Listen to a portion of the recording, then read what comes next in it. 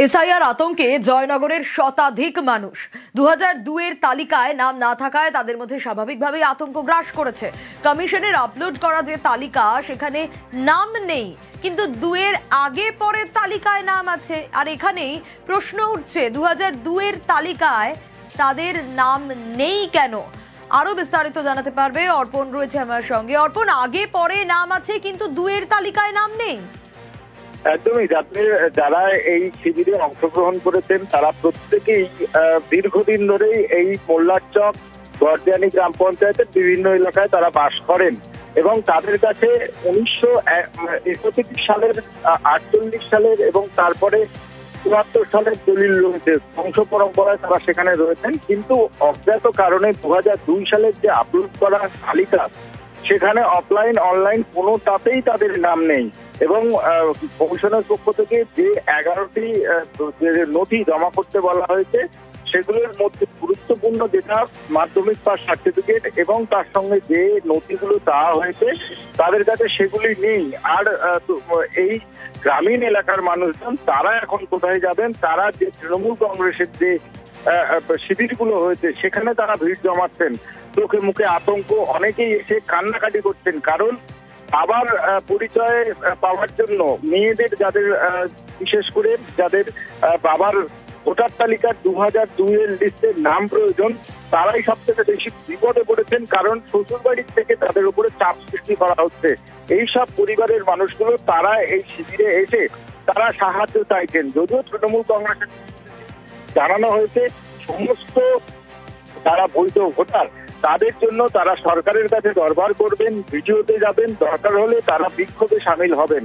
তারা আগামী সোমবার, অর্থাৎ আজকে রবিবার, সোমবার তারা আবার ভিডিও অফিসে যাবেন, তারপরে এসডিও এবং তারপরে তারা মহকুমা শাসকের কাছেও তারা যেতে পারেন বলে জানানো হয়েছে। বেশ, এসআইআর নিয়ে নানা রকম অভিযোগ। কদম্বগাছিতে ফর্ম ফিল আপের নামে ওটিপি হাতানোর চেষ্টার অভিযোগ।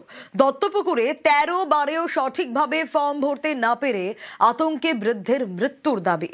কারো পরিবারের দাবি 2002 সালের লিস্টে নাম থাকলেও ভয় কাটছিল না। ভয়েই আত্মহত্যা করেছেন জলপাইগুড়ির এক মহিলা।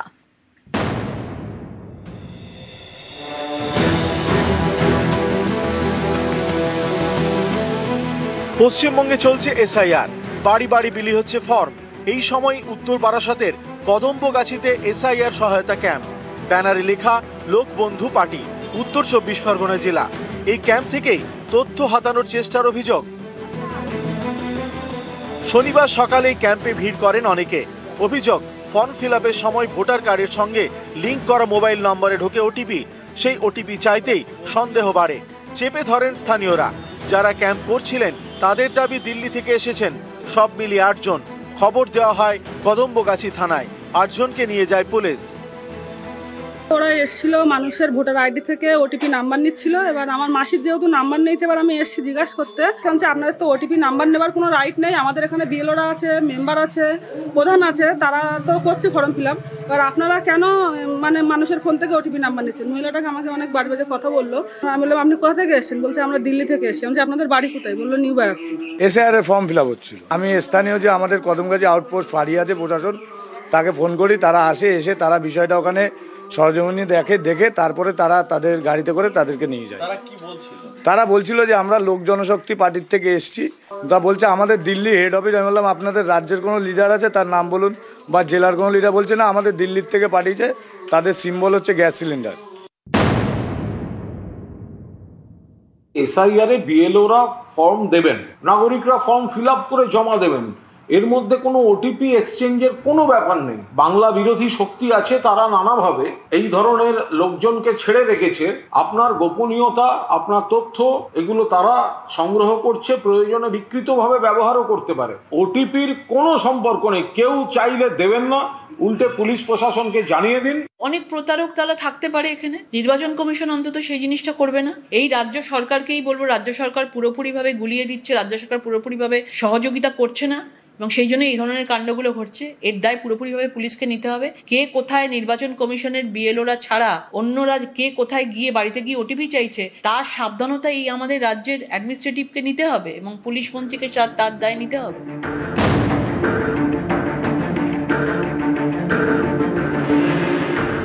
উত্তর 24 পরগনার দত্তপুকুরের চাটুরিয়া।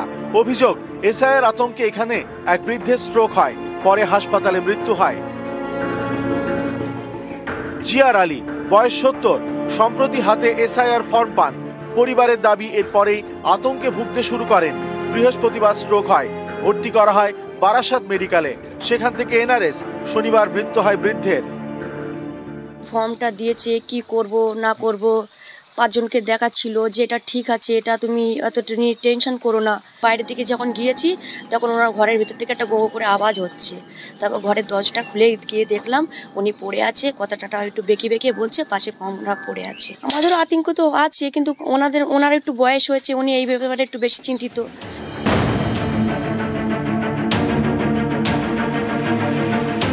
জলপাইগুড়ি সাতকুড়া, পাশেই বাংলাদেশ। এখানকার বাসিন্দা কমলা দাস। 2002 সালের ভোটার তালিকায় নাম রয়েছে। পরিবারের দাবি এরপরেও এসআইআর নিয়ে আতঙ্কে ভুগছিলেন। গত বুধবার রাতে আত্মহত্যা করেন। এসআইআর আতঙ্ক এই নিয়ে কি প্রতিদিন বলতো তোমাদের? এটা নিয়ে বলতেছে প্রত্যেকদিন, ওই দিক দিয়ে পাঠাই দিবে নাকি বাংলাদেশে পাঠাই দিবে। ওই ভাই ঘটনা ঘটাইছে। হ্যাঁ। নিউজ 18 বাংলা। পশ্চিমবঙ্গে এসআইআর চলছে, বাড়ি বাড়ি ফর্ম বিলি করছেন বিএলওরা। এই এসআইআর ফর্মের ডেটা এন্ট্রি নিয়ে জায়গায় জায়গায় বিএলওদের বিক্ষোভ।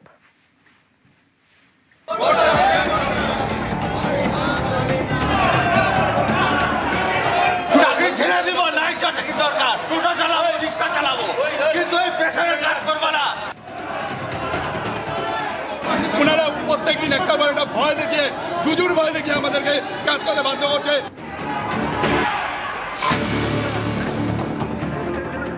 বাড়ি বাড়ি গিয়ে এসআইআর ফর্ম বিলি করছেন বিএলওরা।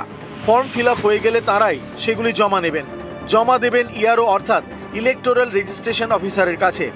বিএলওদের দাবি, নির্বাচন কমিশন থেকে নতুন নির্দেশিকা এসেছে। তাতে বলা হয়েছে ফর্মের হার্ড কপি জমা করার পাশাপাশি প্রত্যেক ভোটারের এসআইআর ফর্মের তথ্য জমা করতে হবে কমিশনের বিএলও অ্যাপে। এই ডেটা এন্ট্রি নিয়েও আপত্তি বুথ লেভেল অফিসারদের। এই নিয়ে নানা জায়গায় শনিবার তারা বিক্ষোভ দেখান। শিলিগুড়ির দীনবন্ধু মঞ্চে প্রশিক্ষণ চলাকালীন বিক্ষোভ দেখান বিএলওরা। আমরা সব কাজ করতে প্রস্তুত, কোনো অসুবিধা নেই, কিন্তু আমাদের দিনের পর দিন আমাদের উপর অত্যাচার হচ্ছে, মানসিক অত্যাচার হচ্ছে। যারা মর্নিং স্কুল আছে তাদেরও ছুটি নেই, তারা মর্নিং করে রাত 2-3টে পর্যন্ত কাজ করে এই কাজ করতে হচ্ছে। আমাদের খালি কাজ ছিল ফর্ম দেওয়া এবং ফর্ম নেওয়া। এই ইতিমধ্যে বলেছে আমাদের রেজিস্ট্রেশন করতেই হবে, 1 মাসের মধ্যে আমাদের করতে হবে। কিভাবে করবে টিচাররা? মুর্শিদাবাদের কান্দি, এখানে বিডিও অফিসের বাইরে এদিন বিক্ষোভ দেখান বিএলওরা। এনুমারেশন ফর্ম বিলি এবং তোলা, সেই কাজটা আমাদের করা হয়েছিল এবং আমরা সেটা যত সমস্যা প্রতিকূলতার সত্ত্বেও আমরা মেনে নিয়ে কাজটা করছিলাম। ইতিমধ্যে ইসিআই থেকে একটা মৌখিক অর্ডার আমাদের মাঝে সার্কুলেট করা হয়েছে যে আমাদেরকে ডাটা এন্ট্রির কাজ করতে হবে। যে সমস্ত স্কুলে শিক্ষকের অভাব, সেই সমস্ত স্কুলে আমাদেরকে গিয়ে পড়াশোনা চালাতে হচ্ছে এবং এই কাজটাও করতে হচ্ছে। তা আমরা সেই ক্ষেত্রে আমাদের এই ডাটা এন্ট্রির কাজটা ভীষণভাবে কঠিন। নদিয়াতেও এদিন বিএলওরা বিক্ষোভ দেখান রানাঘাট 2 নম্বরের বিডিও অফিসের বাইরে। এতদিন পর্যন্ত যে গাইডলাইন ছিল যে ফর্মগুলো আমাদের ডিস্ট্রিবিউট করতে হবে এবং কালেক্ট করতে হবে, জমা নেওয়ার সঙ্গে বলছে যে বিএলও যে অ্যাপ আছে সেখানে প্রত্যেকটা ভোটারের পুরো ডাটাবেসটা এন্ট্রি করতে হবে। যার মানে কর্মক্ষেত্র আমরা যেহেতু অন ডিউটি দেওয়া হয়নি, তাদেরকে সেই কাজ করতে হবে।